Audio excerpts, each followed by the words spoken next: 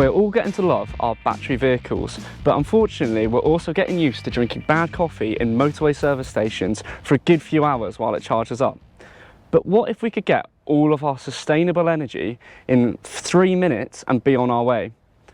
Well, let me introduce you to hydrogen. Hydrogen is the most abundant element in the universe, but is it any good as a fuel? Well, I'll give you a clue.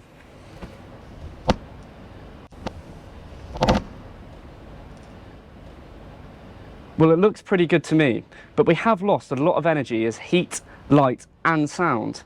Surely there must be a more efficient way to do this. Let's have a look at a hydrogen fuel cell. So this is our hydrogen fuel cell. So first things first, we need to produce the hydrogen to power our fuel cell.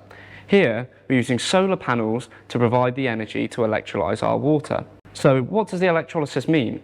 What we're doing is we're going to split apart our H2O molecules into hydrogen and oxygen. Then this hydrogen can be fed into the anode of our fuel cell with the oxygen being fed into the cathode. How do we use our hydrogen now we've got it? What we want to do is to recombine our hydrogen and oxygen in a controlled manner. Our membrane will only let through the hydrogen protons. It will say no to any of the electrons that want to pass through. So this means we're going to have a flow of electrons going between the anode and the cathode. But is current not just a flow of electrons? So if we add a wire between our two ends of the fuel cell, we can create a current round a circuit. But while the electrons are going round, we can get them to do a bit of work for us. It's good, isn't it? But how would it be used to power a car? Well, simply put, not much changes.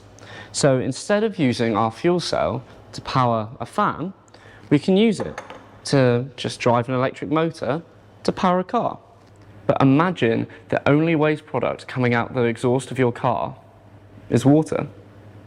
Here's a question for you. Should we invest more in hydrogen fuel cells or battery storage technology? Or is there a way we can get both of them to work together to form a more efficient solution?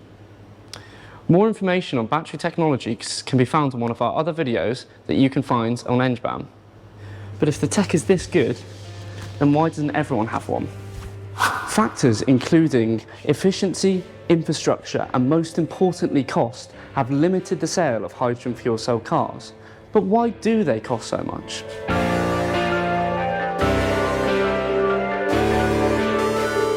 To achieve an acceptable level of efficiency, we need to use a platinum catalyst or a platinum group material. So we can use platinum, silver or gold to achieve this. And we don't just use a little bit of these materials, we end up using quite a lot of them. Hydrogen fuel cell technology is expensive, but I know what you're thinking. Why can't we use solar power to power our items? Solar power is nice and cheap, it's readily available, but the issue is we can only use it when the sun's out.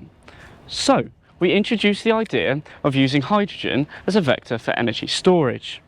We use the solar power to make hydrogen when the sun's out, we make and store our hydrogen, and when the sun goes down, we can use the hydrogen to power our vehicles.